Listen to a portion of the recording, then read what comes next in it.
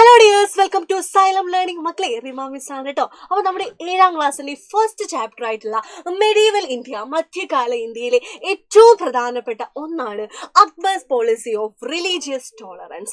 അക്ബർ പിന്തുടർന്ന മതസഹിഷ്ണുത നയങ്ങൾ. നമുക്കറിയാം, നമ്മുടെ അക്ബർ ചക്രവർത്തി എന്ന് പറയുന്ന റൂളർ എല്ലാ മതങ്ങളെയും ഒരുപോലെ കണ്ടിരുന്ന ഒരു രാജാവായിരുന്നു, ഒരു ചക്രവർത്തിയായിരുന്നു അല്ലെ. അദ്ദേഹത്തിന്റെ പുതിയ ക്യാപിറ്റലായ, പുതിയ തലസ്ഥാനമായ ഫത്തേപൂർ സിക്രിയിൽ, അതായത് ഫാഷ്പൂർ സിക്രിയിൽ അദ്ദേഹം ഇബാദത്ത് ഖാന പണി കഴിപ്പിച്ചു. എന്താണ് ഈ ഇബാദത്ത് ഖാന എന്ന് പറഞ്ഞാൽ?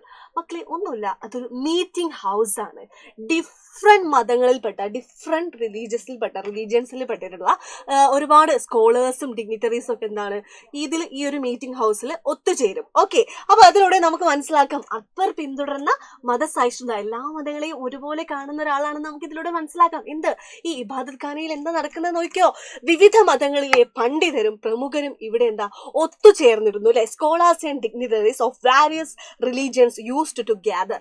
ഇവിടെ എല്ലാവരും ഡിഫറെന്റ് റിലീജിയൻസിലുള്ള പ്രമുഖരും ഈ പണ്ഡിതന്മാരൊക്കെ ഇവിടെ ഒത്തുചേർന്നിരുന്നു. നമുക്കറിയാം അത് എന്തിനുള്ള എക്സാമ്പിളാ? അക്ബർ പിന്തുടർന്ന മതസഹിഷ്ണുതാ നയത്തിന്റെ എക്സാമ്പിൾ ആണ് അല്ലേ. അക്ബർ പിന്തുടർന്നിരുന്ന മതസഹിഷ്ണുതാ നയത്തിന്റെ ഇത് ഉദാഹരണമാണ്. അത് നമുക്ക് മനസ്സിലാക്കാൻ പറ്റുമോ? ഈ ഒരു ഡിസ്കഷൻ റൂമിൽ, ഈ ഒരു മീറ്റിംഗ് ഹൗസിൽ എല്ലാ മതങ്ങളിൽപ്പെട്ട ആൾക്കാരും ഇവിടെ ഒത്തുചേർന്നിട്ടുണ്ടായിരുന്നു. മറ്റൊന്നായിരുന്നു, എല്ലാ മതങ്ങളുടെയും പോസിറ്റീവ് സൈഡ് മാത്രം, നല്ല വശങ്ങൾ, ഗുഡ് ആസ്പെക്ട്സ് മാത്രം കോർത്തിണക്കിക്കൊണ്ട് അദ്ദേഹം കൊണ്ടുവന്നിട്ടുള്ള ഒരു വിഷനായിരുന്നു ദിൻ ഇലാഹി. എന്നൊക്കെ പറയും. ദിൻ ഇലാഹി എന്ന് പറഞ്ഞാൽ എല്ലാ മതങ്ങളുടെയും നല്ല വശങ്ങൾ കോർത്തിണക്കിക്കൊണ്ട് അദ്ദേഹം ഒരു ദർശനം അല്ലെങ്കിൽ ഒരു മതം, ഒരു പുതിയൊരു മതം ഉണ്ടാക്കി. അതായിരുന്നു ദിൻ ഇലാഹി എന്ന് പറയുന്നത്. ദിൻ ഇലാഹി എന്ന് പറഞ്ഞാൽ പീസ് ടു ഓൾ, എല്ലാവർക്കും, ലോകത്തിലെ എല്ലാവർക്കും സമാധാനം എന്നാണ് ദിൻ ഇലാഹിയുടെ അർത്ഥം വരുന്നത്. ഓക്കെ, പീസ് ടു ഓൾ അല്ലെങ്കിൽ സുൽക്കുൽ എന്നൊക്കെ പറയും, എല്ലാവർക്കും സമാധാനം. ദിൻ ഇലാഹി കൊണ്ടുവന്നത്, ദിൻ ഇലാഹി എന്നൊക്കെ വിളിക്കൂട്ടോ. ദിൻ ഇലാഹി കൊണ്ടുവന്നത് എന്തിനു വേണ്ടിയിട്ടാ?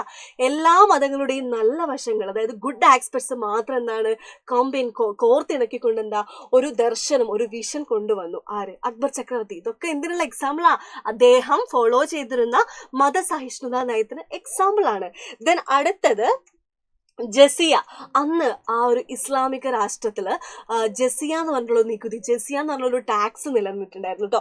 The abolition of the religious tax called ജസിയ proved that Akbar followed tolerance.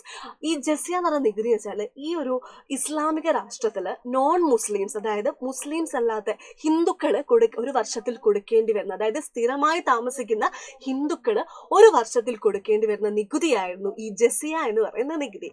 അത് ആര് അബോളിഷ് ചെയ്തു? നമ്മുടെ അക്ബർ ചക്രവർത്തി അത് അബോളിഷ് ചെയ്തു. എന്തിനു വേണ്ടിയിട്ട്? അതാണ് അദ്ദേഹം മതസഹിഷ്ണുത, എല്ലാ മതങ്ങളെയും ഒരുപോലെ കണ്ടുകൊണ്ട് ഈ ഒരു മതസഹിഷ്ണുതയ്ക്ക് വേണ്ടിയിട്ട് അദ്ദേഹം ചെയ്ത കാര്യങ്ങളാണ് ഈ ജസിയ എന്ന് പറഞ്ഞ ടാക്സ് ഒക്കെ അബോളിഷ് ചെയ്തത്. ഓക്കെ, എന്തിനു വേണ്ടിയിട്ടായിരുന്നു? അവിടെയുള്ള ആൾക്കാർ, ഹിന്ദുക്കൾ ഒരു ടാക്സ് കൊടുക്കേണ്ടി വന്നിരുന്നു, അത് അബോളിഷ് ചെയ്തു. ദെൻ നമുക്ക് മനസ്സിലാക്കാൻ പറ്റും, മുഗൾ ഭരണത്തിന്റെ എല്ലാ മേഖലകളിലും എല്ലാ മതസ്ഥരെയും എല്ലാ മേഖലയിലും എല്ലാ മതങ്ങളിൽപ്പെട്ട ആൾക്കാരെയും ഓരോ പൊസിഷനിലേക്ക് അദ്ദേഹം പരിഗണിച്ചിരുന്നു, തുല്യമായി പരിഗണിച്ചിരുന്നു. അപ്പൊ ഇത് എന്തായാലും മക്കൾക്ക് എക്സാമിന് ചോദിക്കുന്ന ഒരു ക്വസ്റ്റ്യൻ ആയിരിക്കും. അക്ബർ ഫോളോ ചെയ്തിരുന്ന റിലീജിയസ് ടോളറൻസ് എന്തായാലും മക്കൾ പഠിക്കണം. അപ്പൊ ഇതേപോലെയുള്ള ചെറിയ ചെറിയ വീഡിയോസ് ആയിട്ട് മിസ് ഇനിയും വരുന്നതായിരിക്കും. Okay, tata, by.